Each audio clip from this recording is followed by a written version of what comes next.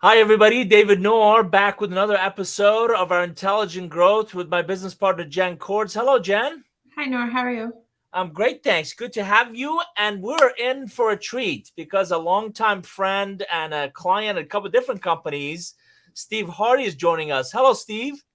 Hey, David. Great to be with you today. It's great to have you. For our audience, we're excited about this episode. We're going to talk about not just surviving, but thriving amid this kind of continued uncertainty. And instead of just Jenn and I sharing our ideas or perspectives or client interviews, we said, why don't we bring a client on board who's actually, as a team, as a company, as a leader, they are thriving. And I'm always curious of what one leader and what one team and one organization is doing differently than others. So in our conversation with Steve, we hope to share some of those with you. For our audience, we're live on LinkedIn and YouTube. We post this on Facebook and Twitter, and we'll also repurpose these as our podcast. So we encourage you to join us a couple different places. Wherever you consume podcasts, just search Intelligent Growth. We also post tips and articles and questions and ideas in our Nour Forum community. So if you go to nourgroup.com/forum, Jenn runs a RevOps group. A lot of times we post these in there, and you can get more insights from our conversations there as well. So I think, Jenn, you're going to kick us off, or I'll do it. Steve, a little about your background, where you've been, what you've done, and how you've arrived here. Well, yeah, like I said, David, great to be with you both.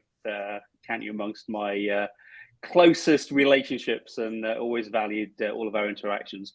What took me here? Where have I come from? Well, as you can tell, I'm not American. I'm born in the UK, raised in the UK, but spent what is now the majority of my career in the US, and I've worked for some of the largest big blue chip tech firms, down to some of the smallest, high growth SaaS startups, but always in the tech space and always in marketing. And I just love the fast pace of tech, high growth marketing businesses, and that's where I am now. And name some of the companies you've been with. Yeah, started off a small company called 3Com. Got acquired by in the data networking space. Got acquired by HP eventually.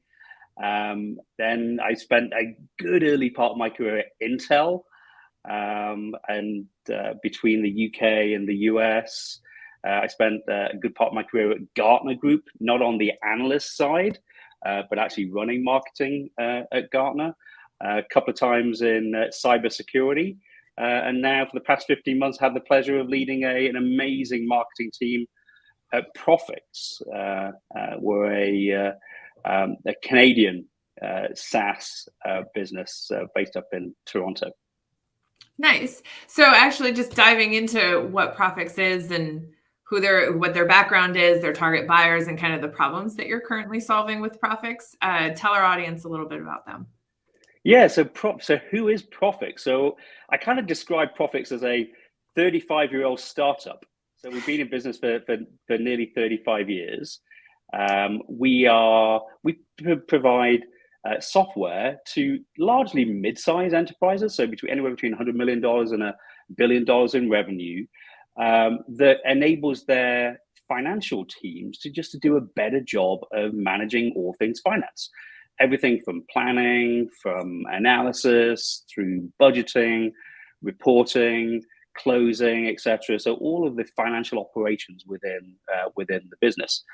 Been in business, like I said, for 35 years, and about 3 years ago, we were taken private. So we're now a privately held, privately backed by HG Capital, who are a UK-based PE firm. And as a result of that, we're growing rapidly and evolving to meet the needs of the CFO. So you and I were in touch in your transition between the last role and this one. And I know that you had a lot of other options. I'm really curious, why go with a 35-year-old startup? And what attracted you to join these guys? Well, so it's funny because, I mean, the market's changed a little bit, but there's a lot of really interesting tech out there, right? A lot of interesting products, There's a lot of high growth markets out there. So for me, they were kind of table stakes, right? I want to find a good product in a hot market. But what really was critically important for me was finding a team, a leadership team that had a tremendous culture. And Prophix had exactly that, a CEO who was incredibly supportive of marketing and incredibly supportive of his leadership team, a board who was incredibly supportive of the vision and strategy of the organization. And the team that I found at Prophix was just, all in on an incredibly strong and powerful culture. And you can't beat that. That's true. You can't. And culture is permeates everything. So you mentioned in your intro that you've always been kind of in the marketing function in the tech space. So why do you feel that the CMO role just is the shortest tenured of all the C-suite in the market today? Well, Jen, I don't feel that. I think that's statistically the fact, right? Of all the C-suite leaders, CMOs have the shortest tenure. And I haven't seen any data this year, but I think as of last year, in SaaS businesses, the average CMO tenure is about 18 months, which is crazy. So why is that the case? I think there's a couple of main reasons, really. One is, unlike some other functions, the CMO role is typically a lot broader, right? If I'm running sales, my number one job, week in, quarter in, is just to hit the numbers. If I'm running finance, similarly. Marketing, it's a careful balance of short-term priorities, of building pipeline, of generating demand, together with a long-term focus on building brand and reputation and influencing the portfolio and bringing customer needs. So it's a constant jockeying of prioritization with the leadership team. And I think the other challenge that I often see is that marketing is often perceived as a little bit of a black art, right? Marketers, we speak our own language, leads, conversion rates, website hits, attribution models, etc. And to be successful in marketing, you really have to speak business language, not marketing language. So I think those are two main reasons why marketers aren't so tenured. Stay on that topic for a second. Do you believe the rest of the C-suite or rest of the company understands the marketing language? Because you and I have been in meetings where I get lost with the alphabet soup. Yeah, I really don't think they do. I mean, I think, of course, intellectually, they do, right? Intellectually, they understand the power of the brand and how critically important it is to generate demand, to fill pipeline, and to accelerate opportunities through the pipeline. So intellectually, they understand that.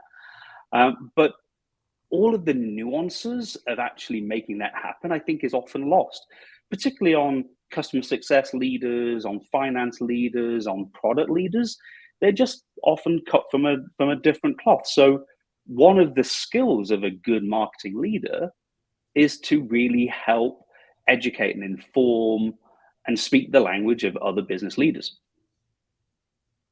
How do you do that? How do you do that effectively without, obviously they're very good at what they do. So you have to be the consummate diplomat and statesman or stateswoman doing that. But how do you raise the bar on their understanding? One, two, do you believe they're going to care about nuances? Do I really care about MQL versus SQL versus other ways of lead scoring versus what has marketing done for us lately?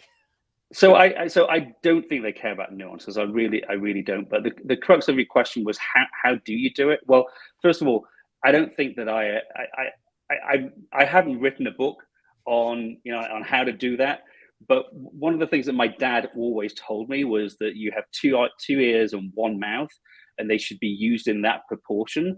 So listen, understand, ask questions, and then try and relate your business, your part of the business, into the other functions, right? So if you're speaking and dealing with product management and the product house and technology, understand how your function, how marketing can help evolve product management. What customer insights, what competitive insights do we have that can help and support better product decisions, for example? So it's all about what value we can add as a leadership team versus MQLs, MQAs, conversion rates, etc. Talking about leadership teams, you've walked into the CMO role several times, and you're savvy enough to realize quickly that the marketing team, the marketing leadership team, is going to make a huge amount of difference in your success, and specifically your top kind of strategic priorities. How do you think about talent, and talk about your 3 priorities, marketing priorities at Prophix? So you're right, David. I mean, my goodness, you've grown up in this world, but building that team is the number one priority, first and foremost. I cannot do this on my own. So having a really solid, highly functioning leadership team, and then in turn a broader team, is the number one priority. So I always really like to understand I've got to get really clear on what the business goals are, and then how I need to convert those business goals into a marketing strategy. But as I'm looking at the team, what I think is really important is to understand what the priorities and what the motivations of the individuals on the team are, so that I can then start to think about how do we connect personal goals with the goals of the business, so that people are really invested in the success of the marketing strategy. So that's the kind of the way that I like to look at it. From a Prophix perspective, my goals are really simple, and I think that's also one of the keys to my success, is keeping goals really simple so that everybody in the organization can understand them. So generate demand, drive and elevate the brand, delight our customers, and then build a great team. Those are my 4 priorities, and I want to make sure that everybody in the organization, that all the work they're doing every single day rolls up into one of those 4 priorities. Love it. Nice. And you mentioned when you were talking about Prophix that you're now a privately held, growing and scaling company. So what do you feel has contributed to Prophix success amidst like the continued uncertainty and all the changes and everything else happening in the market today? Yeah, great question. And maybe this is an opportunity for a bit of a dialogue. But as we went into this year, we kind of really didn't know what the environment we were going to face, right? I mean, I'm sure you both felt exactly the same thing, right? We didn't know whether or not there was going to be a global recession. Interest rates were going crazy. So there was an awful lot of uncertainty as we went into the year. So we had to plan accordingly. And as the years kind of transpired, though, it has become a little bit more stable. The market has become a little bit more, not quite as irrational as we thought it was going to be. One of the things that has really helped us, though, as a business, is we were never a high growth at all cost type company. We were always a very prudent, investing in areas of the business that we know worked, and a relatively conservative type of organization. So I think for us, it's always been about testing a few things and then really doubling down on the things that we know will work. But I don't know. I mean, what are you guys seeing? What are you seeing with your other clients in terms of the economic environment at the moment?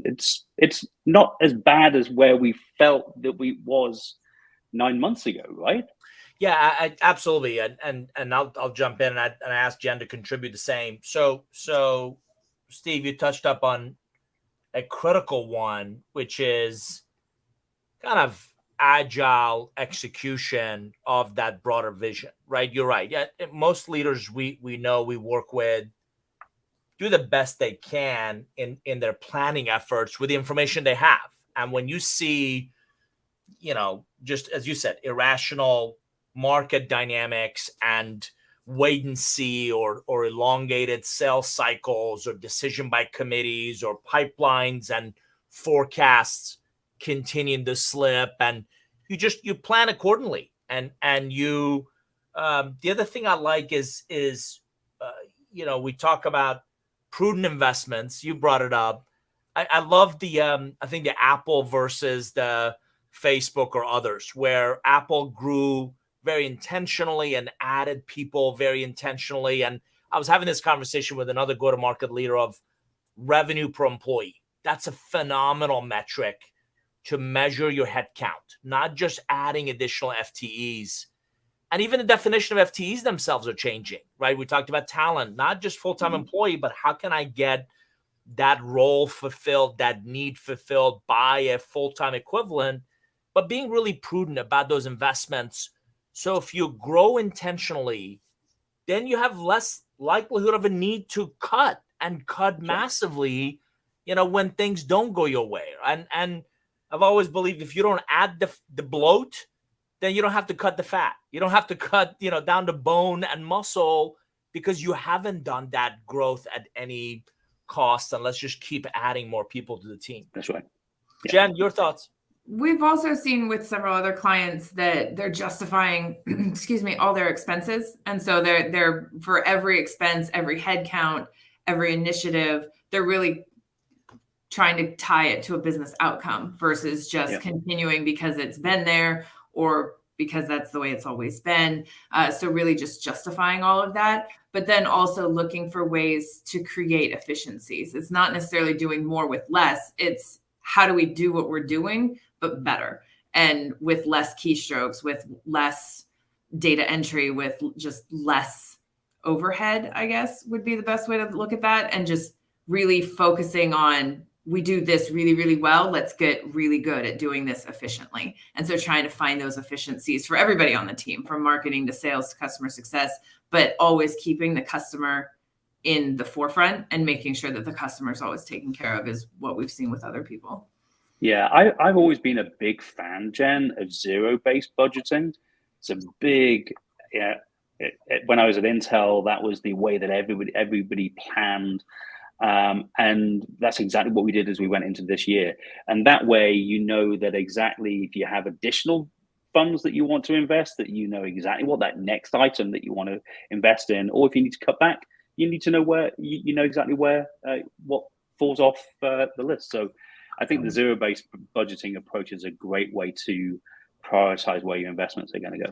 Well, one other thing you and I have, Steve, talked about in the past that I'd love your comment on is alignment. Alignment between, we tend to think of marketing, sales, and customer success as the three-legged stool to every organization's kind of revenue engine. Talk about the critical nature of that alignment, that those three leaders and their teams are on the same page, singing from the same hymnal, and we're kind of going in the same direction. Yeah, I've seen it time and time again when those leaders, when those organizations aren't aligned, success doesn't happen. For me, though, David, what's critically important is that it's not just alignment. It's not just kind of coming into the room and singing Kumbaya and saying, yeah, we're aligned. It's around, being really purposefully aligned around, for me, customers, right? Getting really zeroed in on who are our customers, who are our most profitable customers, and how do we want to focus all of our go-to-market, our sales, and our customer success efforts around our customers. So once you've got alignment around that, I think that's when you can get really successful. If you do that as well, it also takes the sting out of, this is not about alignment around revenue goals or necessarily alignment around marketing goals or customer success goals. It's around now having a real North Star that ultimately drives everybody's success. Can you give us an example of that North Star at Prophix? Well, our North Star is really delighting customers and driving customer satisfaction. North of where we were last month, last quarter, last year, and just constantly improving the satisfaction that we have with our customers. Love that. You know, I've talked about everybody wants more, right? I want more customers, I want more prospects, I want more, and at the cost or expense of their existing relationships. And you're leaving money on the table if you're not really taking care of those existing customers and really driving that value creation from what they already bought from you, from the existing relationship. Yeah, and we're constantly looking at ways to how do we as an entire leadership team come together to improve those relationships. So, we've put in place things like executive advisory boards where we're now working with our customers collectively to think about how do we improve that experience. We're bringing back our customer advisory boards after a couple of year hiatus with COVID, where we're actually getting in a room with customers and sharing our vision and asking them to give feedback, etc. So just that real tight partnership of sales and marketing and customer success, all really closely listening to the needs of our customers so that we can improve is a key kind of North Star metric that we're tracking towards. Love it. So I have a question of you from a different angle of marketing's contribution. Steve, on the front end of creating awareness, the lead gen, the building pipeline, all of that makes perfect logical sense. My question is, how do you believe marketing can contribute to that customer success? So they believed your messaging, the sales motion did what it's supposed to do, and they bought. You've heard me say this. I coach most clients that the relationship starts when they buy. How does the customer success of adoption and impact, particularly in the office of CFO, where a lot of these folks are rightfully so trained to be, I don't want to say arm's length, but just not believe everything they hear from the marketing side? How can marketing contribute to that customer success and really that material impact in the business?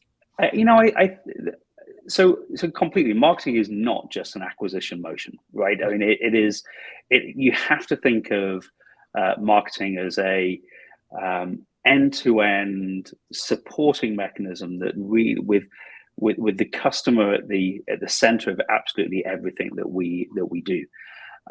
And I gave you a couple of examples of the work that we're doing across the leadership team, where marketing is front and center in some of those engagements. But marketing is also heavily engaged in many different areas of helping to orchestrate and communicate with all of our customers. So one of the areas that we know all of our customers are really looking toward today is they don't want to hear from marketing necessarily. They don't want to hear from the media. They want to share and learn from their peers.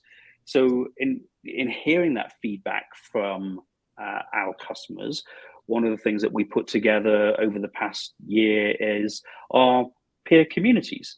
So where we're taking happy customers and creating the opportunity for them to meet with other customers who are sharing who are sharing similar challenges to them, and they're now meeting on a regular basis. We always had digital ways for them to do that. We created literally communities, but we're augmenting that with webinars, with meetups, with much richer, more interactive ways for our communities to come together. Is that a marketing thing? Traditionally, maybe not, but it was a real specific need that we identified, that we then responded to, and we're getting great results as a result of that. Nice. And so you said that it's an end-to-end support mechanism. Yep. Do you feel that the marketing messaging and educating the customer is something that happens across the entire life cycle, or are you kind of the proponent that there's swim lanes, that marketing touches them during certain periods of time? How do you approach that? That's a good question. I think that there are I think marketing messaging transcends and messaging transcends the entire journey. I really believe that.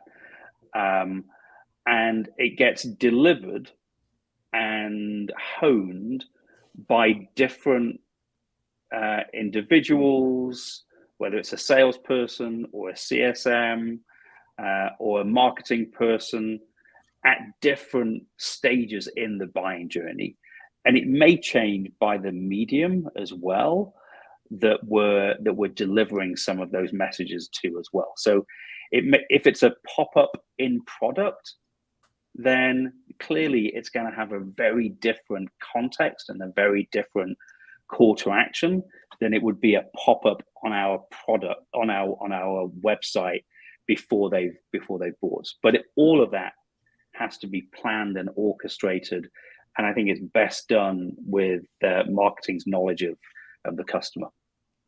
Absolutely agree. So on that note, we've talked about before and worked on ABX and ABM. So how do the two differ? You're a strong advocate of ABX. How does that differ to what most everybody knows as ABM?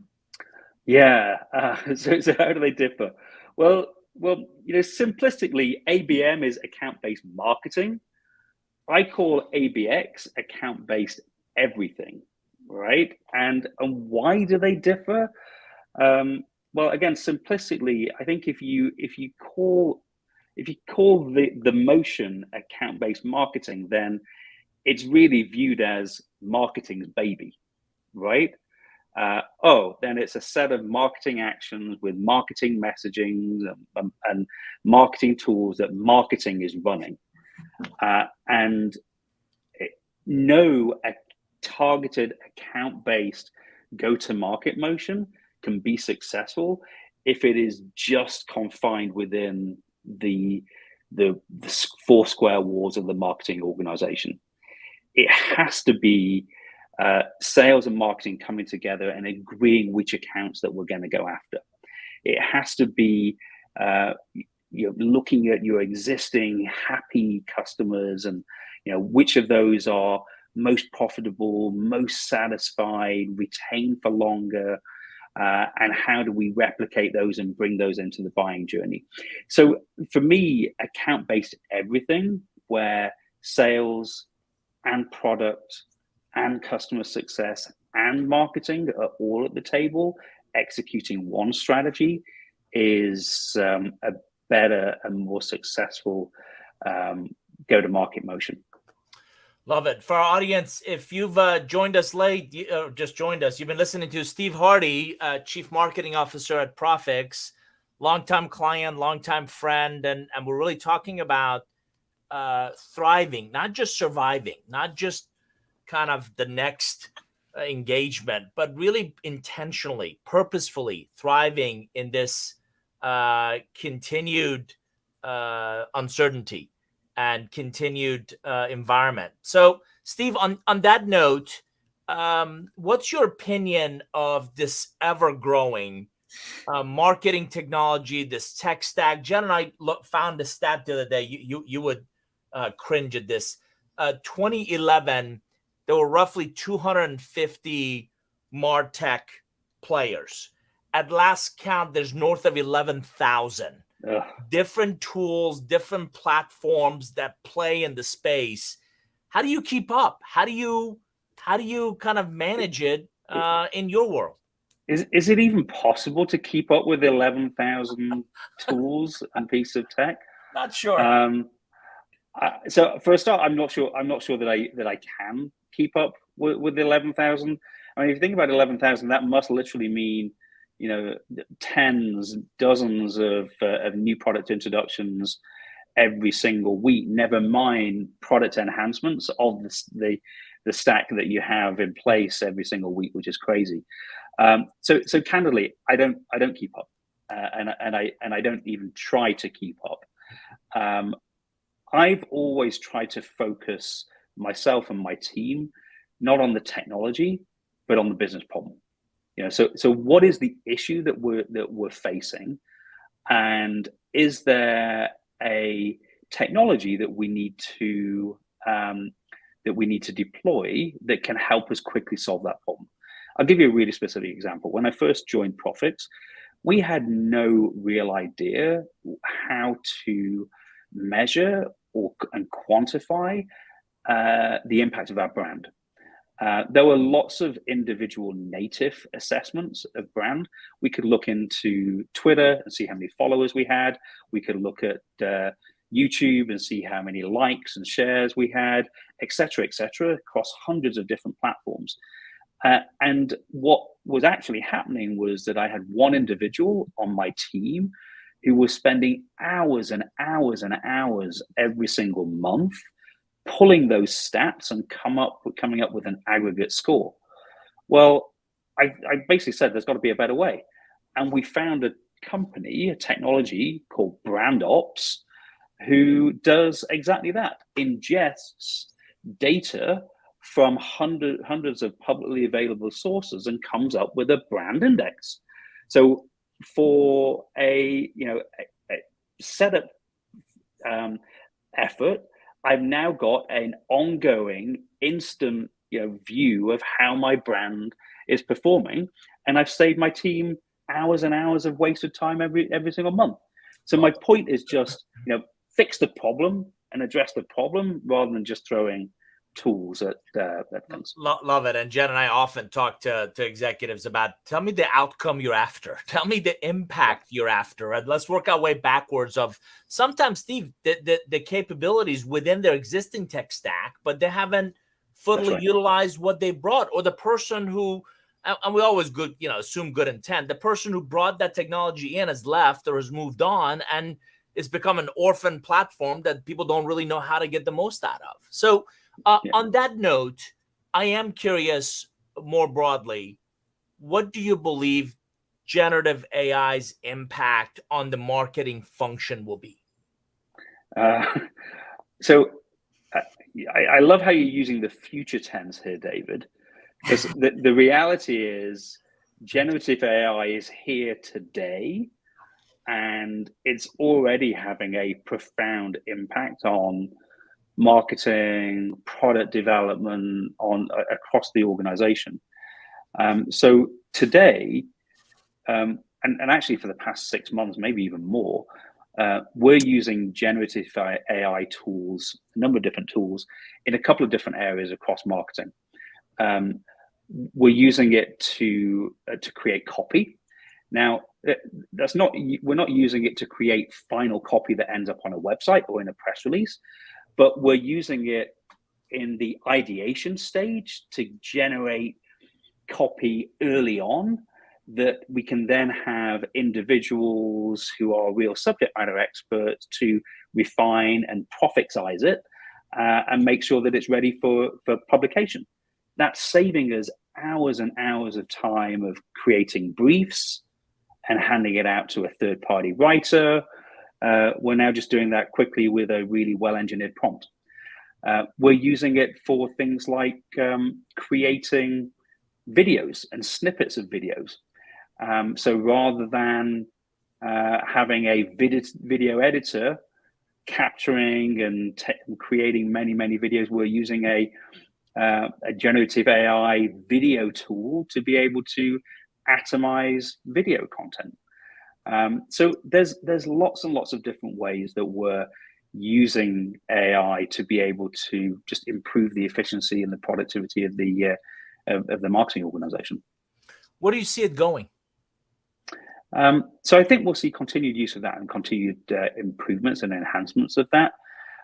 I'll say, in my experience, members of the team have been, and actually not just members of the team, just marketing folk have typically fallen into two camps. Some have been a little skeptical of, I don't really want to play with this thing. It could be taking away my job. Others have jumped in with 2 feet. So I think there's still a lot of education and discovery and learning to do. So I think that will continue. I think it will give us a tremendous amount of increased productivity, scale like we've never known, the ability to personalize and customize that we've not really been able to get to. I do think that it's incumbent upon us, though, to put the guidelines and guardrails in place, because there are ethical concerns in place that we need to be aware of. So bias is probably one of the areas that I'm most concerned about.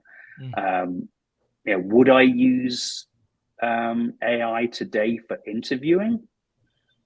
I don't know. There's a question there, isn't there? Is a AI whose code is unknown to you more or less biased than a panel of hiring managers?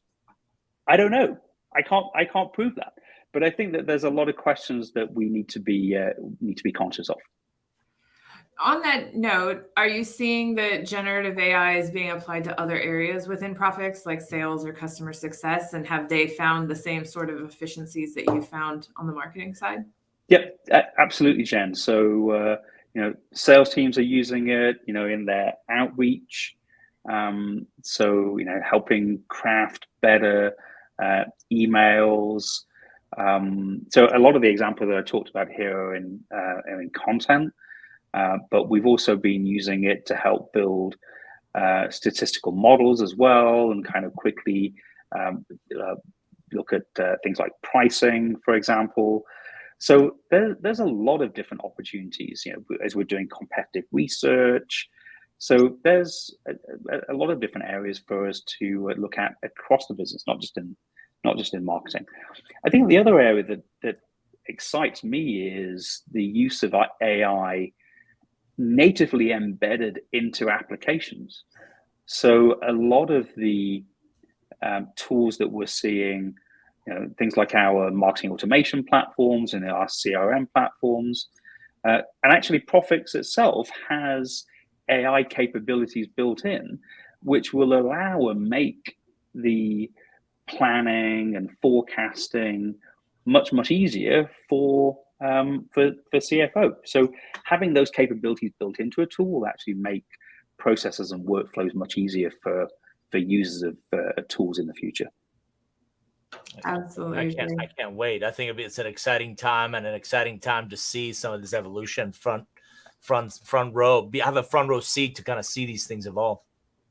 Yeah, it just internally for us as well. We've been testing and playing with several of those tools. And like you said, it is a lot surrounded around content, because that is one of the areas that there's not enough hours in the day to both do the work and the prospecting and then also write necessarily. And so having some of those pre-made almost prompts or something written out and you're tweaking it to be more in your voice definitely can help move that through quicker.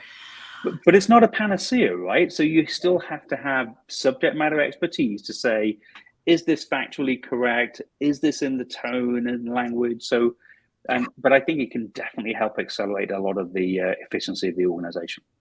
Absolutely agree. So as we're talking about content and writing, if you were going to be writing a business book, we know David's written several, what would be your one big idea that other P&L leaders should pay closer attention to?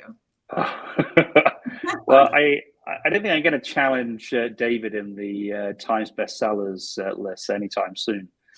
But, for me, one of my earliest bosses had this mantra about focus and deliver. And I really have always kind of kept that close to heart. And particularly in marketing, I think it's really challenging. There's so many things that call for our attention. We can get tied up on hundreds of different things: brand, demand, culture, leadership, lead gen, etc., etc., etc. So for me, my working title would be something around focus and prioritization. For our audience, if you joined late or you missed it, this has been a gem. Steve Hardy is always insightful, and Steve, joking aside, you and I've talked about this. What I appreciate in every conversation with you is you're in it. You're not regurgitating a book report or an analyst report. You're doing this job on a day-to-day basis, and I know the leadership team looks up to you for that wisdom, for that experience. So, on behalf of Jen and I, thank you for joining us. This has been, insightful as always. For our audience, it's been a great episode. We hope wherever you consume podcasts, you'll look up Intelligent Growth. We've got several other great sessions coming up. Jen and I are talking about, we're going to build on this conversation with Steve about ICPs and buyer personas. And we're doing, 3 considerations for your next M&A event. Kind of think about your tech stack, think about your processes, your capabilities and talent. So hope you'll join us. We go live with an episode each Tuesday at noon Eastern. So hope you'll join us for some of the upcoming sessions. On behalf of Jen, I'm David Nour. This has been another Intelligent Growth. Steve, thanks for joining us. Thank you, David. Take care, everybody. All the best and see you soon. Bye-bye.